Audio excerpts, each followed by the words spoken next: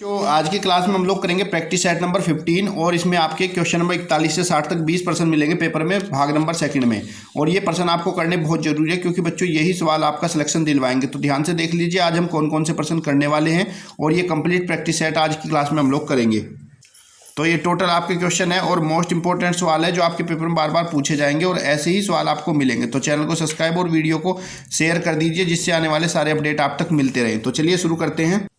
Question number 41 है हमारा 2/1 + 1/1 - 1/2 और इसकी मल्टीप्लाई है 3/2/3 का 5/6 भाग 1 सही 1/4। इसको हमें हल करके बताना है कौन सा ऑप्शन हमारा राइट होगा। तो इस तरह का जब सवाल होता है बच्चों तो उसको हम जो है सबसे नीचे से शुरू करते हैं। जब ये बटे में होता है तो नीचे से ऊपर की तरफ सोल्व करते जाते हैं। देखिए किस तरीके से, यहाँ पे हम 2 लिखेंगे, 2/1 + 1 इसको ऐसे ही रखेंगे और यहाँ पे बच्चों हमारा 1 माइनस है तो इसके लिए हम ऐसे मल्टीप्लाई करते हैं जैसे 2 × 1 = 2 ऐसे यहाँ पे मल्टीप्लाई करेंगे और 2 × 2 2 में से 1 गया 1। तो आपको ये जो हल है इसको हल करके 2 × 2 2 में से 1 गया 1 तो आपका 1/2 बचेगा। फिर इनटू में 3 बटे और यहाँ पे हमारा क्या लगेगा, बोर्ड मास का नियम लगेगा। पहले हम का को हल करते हैं तो जहाँ पे हमारा का होता है ना बच्चों उनको हम ऐसे ब्रैकेट में बंद कर लेते हैं और इसका जो है 3/2 और ये जो का होता है इस का मतलब होता है गुणा में 5/6 और पहले इसको हल करेंगे। उसके बाद भाग 1 सही 1/4 है, 4 × 4 और 1 5, ये आपका 5/4 हो जाएगा। इसको हल करेंगे हम लोग तो ये वाला पार्ट हमारा कितना होगा 2 अपॉन, अब देखिए यहाँ पे कितना है 1 + 1/2 है। इतने वाला हिस्सा देख लीजिए। जब भी कोई भी हमारी 1 के बटे में होती है, जैसे मान लीजिए 1 बटे में कितना लिखा है 1/2 लिखा है, तो जब भी हम किसी को 1 के बटे में लिखते हैं तो ये भी हमारी उल्टी हो जाती है। यानी कि 1 बटा अगर A/B लिखा है तो इसका मतलब होता है B/A, ये उल्टा हो जाता है। तो इसी तरीके से ये 1/2 है तो ये 2 जो है ऊपर चला जाएगा तो 1/2 का उल्टा आपका 2/1 यानी कि आपका 2 ही हो जाएगा क्योंकि 2/1 होगा, 1 को लिखते नहीं है। और इनटू में हमारा 3/, इसको हल करेंगे तो 3 से 6 कटेगा, 3 दूनी 6 और ये आपका हो जाएगा 5 और 2 दूनी 4, 5/4 आपका। और यहाँ पे देखो भाग का निशान है, अगर ये भाग का निशान है तो इसको क्या करेंगे हम गुणा में बदल देंगे और गुणा में बदल के इस संख्या का उल्टा कर देते हैं जब हम भाग करते हैं। तो ये 5/4 है तो 5/4 गुणा 4/5 हो जाएगा आपका। अब हम इसको हल करेंगे, यहाँ पे हल करने पर हमें कितना मिलेगा देख लीजिए। ये आपका 2 है, 2 बटे में और 2 और 1 3, 2/3 प्लस 5 से 5 कट जाएगा, 4 से 4 तो कितना हो गया 2/3 प्लस नहीं यहाँ पे गुणा था 2/3 गुणा में आपका 3 हो जाएगा। और इस तरफ आपका बच्चों ये 3 से 3 आपका कैंसिल हो जाएगा क्योंकि गुणा में 3 से 3 कैंसिल होगा, कितना बचा आपका 2 × 2। तो ऑप्शन नंबर आपका 4 राइट आंसर हो जाएगा कि 2। ठीक है, अगला प्रश्न देखिए, ये भी आपका इंपॉर्टेंट है। आयतन से एक आयताकार टंकी की 5 मीटर ऊंची और 3 मीटर लंबी और 2 मीटर चौड़ी है तो इसमें कितने लीटर पानी भरा जा सकता है, ये आपसे पूछा गया है। तो चलिए करते हैं इसको सोल्व। सबसे पहले आयताकार टंकी की जो नाप दी है इसको लिख लेते हैं। ये आपकी 5 मीटर ऊंची है, ऊंचाई आपको दे रखी है 5 मीटर और 3 मीटर लंबी है, लंबाई हमारे पास 3 मीटर है और चौड़ाई इसकी जो ब्रेथ है वो 2 मीटर है और हमसे पूछ रहा है इसमें कितने लीटर पानी भरा जा सकता है। तो सबसे पहले क्या करेंगे बच्चों, हम टंकी का आयतन निकालेंगे और टंकी का आयतन कितना होगा, वॉल्यूम बराबर होता है लंबाई गुणा चौड़ाई गुणा ऊंचाई। तो हमारे पास लंबाई 3, चौड़ाई 2 और ऊंचाई 5 है, 3 दूनी 6 पंजे 30 तो ये हमारा 30 मीटर क्यूब आयतन आ गया। लेकिन हमसे पूछा है बच्चों इसमें कितना पानी भरा जा सकता है। तो जब हम आयतन को लीटर में बदलते हैं तो ध्यान रखिएगा 1 मीटर क्यूब बराबर हमारा 1000 लीटर होता है। 1 मीटर क्यूब आयतन में 1000 लीटर पानी आता है। तो इसी तरीके से 30 मीटर क्यूब आया तो इसके अंदर जो कुल पानी हम भर सकते हैं, टोटल पानी हमारा भरा जाएगा 30 × 1000। इसमें बच्चों हम 1000 से गुणा करेंगे तो ये टोटल हमारा हो जाएगा 30,000 लीटर। ऑप्शन नंबर हमारा 2 राइट आंसर है। इस टंकी में 30,000 लीटर पानी आ सकता है। इस तरह के सवाल करने के लिए कभी भी हमसे पूछेगा तो पहले हम बच्चों आयतन निकालेंगे और आयतन अगर हमारा मीटर क्यूब में है यानी कि लेंथ ब्रेथ हाइट हमारी मीटर में है तो हम 1 मीटर क्यूब में 1000 लीटर होता है, उस आयतन में हम 1000 से गुणा कर देंगे और हमारा पानी आ जाएगा लीटर में कितना होगा। ठीक है बच्चों, अगर हमारा सेंटीमीटर क्यूब में होता तो ध्यान रखना 1 सेंटीमीटर क्यूब आपका कितना होता है 1 मिलीलीटर। अगला प्रश्न देखिए, शून्य है, शून्य क्या होती है, प्राकृतिक संख्या, पूर्ण संख्या, धनात्मक पूर्णांक या फिर ऋणात्मक पूर्णांक। तो बच्चों ये जो शून्य है शून्य आपकी प्राकृतिक संख्या नहीं होती, ना ही धनात्मक होती ना ही ऋणात्मक। तो शून्य जो आपकी एक पूर्ण संख्या होती है, क्योंकि जब हम प्राकृतिक संख्या में शून्य को जोड़ देते हैं तभी वो पूर्ण संख्या बनती है। क्योंकि प्राकृतिक संख्या तो हमारी 1 2 3 4 से शुरू होती है और पूर्ण संख्या हमारी बच्चों 0 1 2 3 4 से शुरू होती है। तो 0 जो है एक पूर्ण संख्या है। ऑप्शन नंबर 2 आपका राइट आंसर हो जाएगा। अगला देखिए प्रश्न संख्या 44। यदि किसी संख्या और उसके 3/5 भाग का अंतर 40 है तो संख्या ज्ञात कीजिए, वो संख्या क्या होगी। तो ऐसी कंडीशन में आप क्या करोगे बच्चों, मान लेना कि माना जो हमारी संख्या है वो संख्या x है।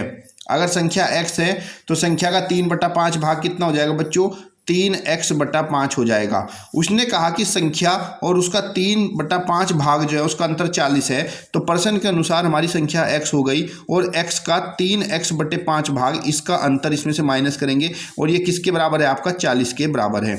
इसको हल कर लेंगे, नहीं है नीचे कुछ तो 1 लगा लेंगे। एलसीएम लेंगे, 5 की तिरछी गुणा कर लो x के साथ, 5 ही कम 5x, और इधर बच्चों 1 की 3 से करेंगे 3x और बटे में 5 ही कम 5 बराबर आपका 40 हो जाएगा। हल करेंगे, 5x में से 3x गया, कितना बचा आपका बच्चों 2x बटे में 5 और बराबर 40।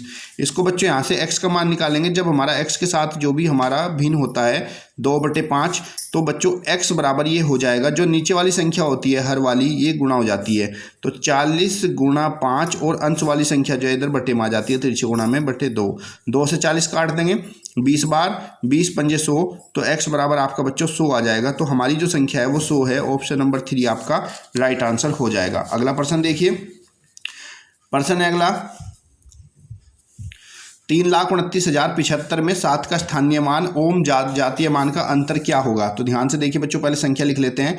329,075 में 7 का स्थानीय मान और जातीय मान बताना। तो बच्चों 7 है कहाँ पे, ये देख लीजिए पहले।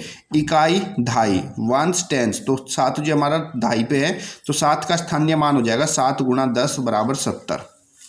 और जातीय मान क्या होता है, जैसा दिखने में संख्या है इसको फेस वैल्यू बोलते हैं, जैसी वो दिखने में उसी को उसका जातीय मान कहते हैं। तो 7 है तो 7 का जातीय मान 7 ही होगा, इस पर स्थानीय मान का कोई फर्क नहीं पड़ता है। तो 70 में से 7 गया, 10 में से 7 3 और 6, तो हमारा कितना आया 63। ऑप्शन नंबर 4 हमारा राइट आंसर हो जाएगा।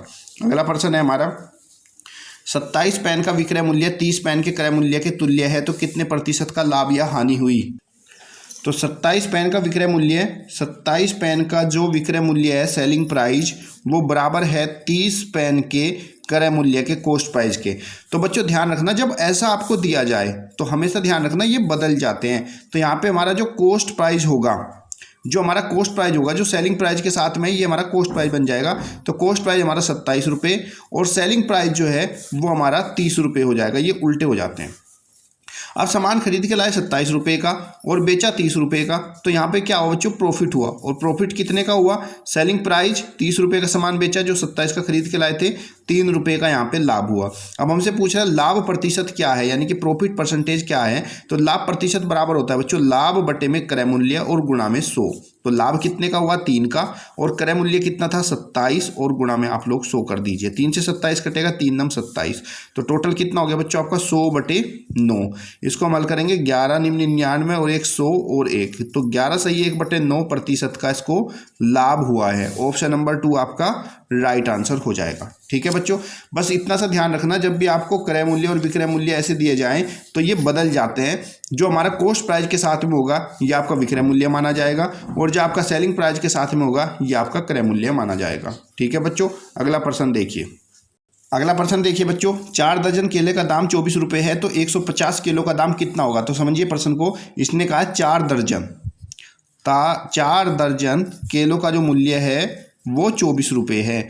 तो बच्चों अगर 4 दर्जन केले का मूल्य 24 रुपये है और पूछ किसका रहा है 150 किलो का, यहाँ पे तो संख्या इसने दर्जन में दी है और यहाँ संख्या सिर्फ केलों की दी है। तो पहले हम क्या करेंगे, जो दर्जन की वैल्यू है इसको हम केले में बदल लेंगे। तो आपको पता है कि 1 दर्जन जो केला होता है उसकी संख्या होती है 12, तो 1 दर्जन में टोटल 12 केले होते हैं। तो इसी के अनुसार 4 दर्जन केले में कितने हुए, 12 की 4 से गुणा करेंगे, तो यानी कि 48 किलो का दाम हमें दे रखा है। 48 केले हमारे कितने के हो गए बच्चे, 24 रुपये के हो गए।